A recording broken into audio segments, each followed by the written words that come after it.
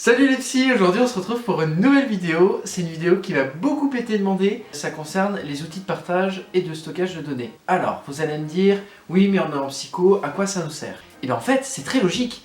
Par exemple, si on veut faire de la recherche et que on doit se transmettre des fichiers concernant tel article ou tel article, mais qu'il y a quand même une confidentialité à respecter, il faut bien un outil pour faire tout ça.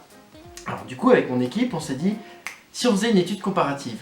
Pour ça, on s'est basé sur 6 outils différents et on les a un peu bataillés 2 à 2. Le premier outil auquel on s'est intéressé, c'est Slack. Slack, qu'est-ce que c'est? C'est un outil de partage et de communication qui est très efficace. Il présente plusieurs avantages. Il y a une version gratuite qui existe. Il y a des messages synchrones qui nous permettent du coup de communiquer beaucoup plus facilement. Et autour de ces discussions, du coup, on a une traçabilité. Et ce qui est pratique aussi, c'est qu'il est accessible à la fois depuis le navigateur, mais aussi depuis une application mobile. Maintenant, si on se tourne vers les inconvénients, il n'y a pas de mode hors connexion. Donc, si on n'a pas internet, concrètement, on ne peut pas avoir accès aux fichiers, on ne peut pas communiquer avec les autres. Donc, pratique, on ne sait pas trop. Si on veut la version complète, donc qui nous permet d'ajouter d'autres outils, il faut payer. Et la sécurité, c'est un peu flou. La confidentialité, elle est un peu limitée. Les conditions d'utilisation, pareil, c'est pas top top. Slack, on l'a comparé à NetExplorer. NetExplorer, c'est un outil, encore une fois, de partage, de stockage de données à distance et qui est accessible de partout. Si on se penche sur ses avantages, c'est déjà une grosse capacité de stockage. On peut aller jusqu'à 2 Teraoctets de stockage, ce qui est énorme, quoi. Il est adapté au travail de groupe, il y a plusieurs fonctionnalités qui existent. Notamment le fait de laisser en stand-by pour les autres et nous modifier de notre côté. Il peut être utilisé sur un ordinateur via un navigateur ou même sur mobile puisqu'ils ont créé une application et on peut y accéder même sans internet. Le plus gros avantage de NetExplorer, c'est sa sécurité et sa confidentialité. On a le contrôle sur qui est-ce qui rentre, qui est-ce qui modifie et on peut même ajouter des mots de passe pour l'accès au dossier. Maintenant, si on se penche sur les inconvénients de NetExplorer, c'est que c'est un gros coût financier. C'est un service payant, donc avec différentes formules proposées, et en fonction de la formule qu'on choisit, on a plus ou moins de stockage et plus ou moins de confidentialité. Et le gagnant est NetExplorer. La deuxième bataille, elle oppose JDoc à WeTransfer. JDoc, qu'est-ce que c'est? C'est une plateforme sécurisée de partage de données qui a été créée en 2010 par une équipe française. Leur but, c'était un peu de faire la version française d'outils de partage et de stockage de données déjà existants. Si on se penche sur les avantages de JDoc, on retrouve une utilisation quand même plutôt intuitive. Il n'y a pas de limite de taille dans les fichiers envoyés et on peut modifier les fichiers de partout parce qu'ils sont stockés dans un cloud. Maintenant, si on se penche plutôt sur les limites, c'est que l'outil est payant, il y a un mauvais rapport qualité-prix et ça nécessite que chaque collaborateur et le logiciel. Donc quelqu'un qui ne paye pas, en gros, ne peut pas avoir accès au logiciel. WeTransfer, qu'est-ce que c'est?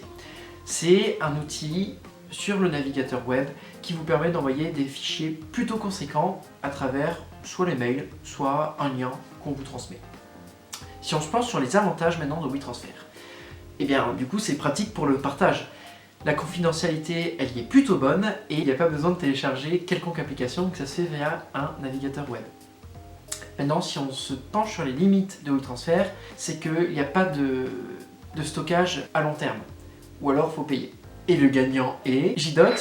Passons maintenant au troisième round qui oppose Dropbox à Google Suite. Dropbox, qu'est-ce que c'est? C'est un espace de stockage et de partage de fichiers qui est très simple d'utilisation. Il présente quelques avantages. Déjà, c'est un logiciel qui est assez répandu, beaucoup de professionnels l'utilisent et il est pratique pour le stockage des données. Maintenant, il présente aussi une énorme limite qui est la confidentialité. La confidentialité sur Dropbox, on oublie, elle est très mauvaise. Dropbox, on l'oppose à Google Suite, un outil de Google qui est destiné à des professionnels et qui a pour but d'utiliser un peu tous les outils déjà existants de Google.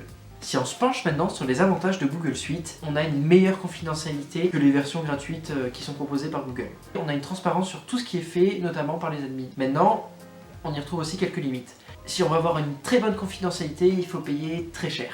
Donc, pas top top. Et le gagnant est Google Suite. Mais du coup, vous allez me dire, Loris, il reste 3 outils. et je suis plutôt d'accord avec vous. Si on doit reprendre les outils qui ont gagné, on retrouve NetExplorer, JDocs et Google Suite. Maintenant, il y en a un qui se démarque quand même un peu plus des autres. NetExplorer pour 3 grosses raisons majeures. La première, c'est le stockage.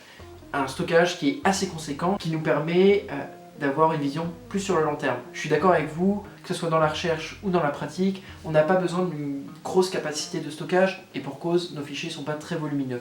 Pourtant, on accumule la force, et puis si on partage les fichiers avec d'autres professionnels, c'est bien du coup d'y avoir un certain confort. Le deuxième gros avantage de NetExplorer, c'est son accessibilité. Ça nous permet à la fois de communiquer avec des logiciels tiers, et il y a un mode en ligne. Enfin, le dernier avantage et le plus conséquent de NetExplorer, c'est sa sécurité et sa confidentialité. De tous les outils qu'on a comparés, c'est celui qui propose la sécurité et la confidentialité la plus pertinente. Les serveurs sont stockés en France, du coup on sait que les normes européennes et françaises sont appliquées. Vous comprendrez bien que l'enjeu de la confidentialité est primordial. Je vous remercie du coup d'avoir suivi cette vidéo. Je vous laisse me dire en commentaire, vous, quels outils vous utilisez pour partager et stocker vos données. Je vous laisse mettre un pouce bleu et activer la cloche des notifications. Et surtout de vous abonner à notre chaîne. Au revoir.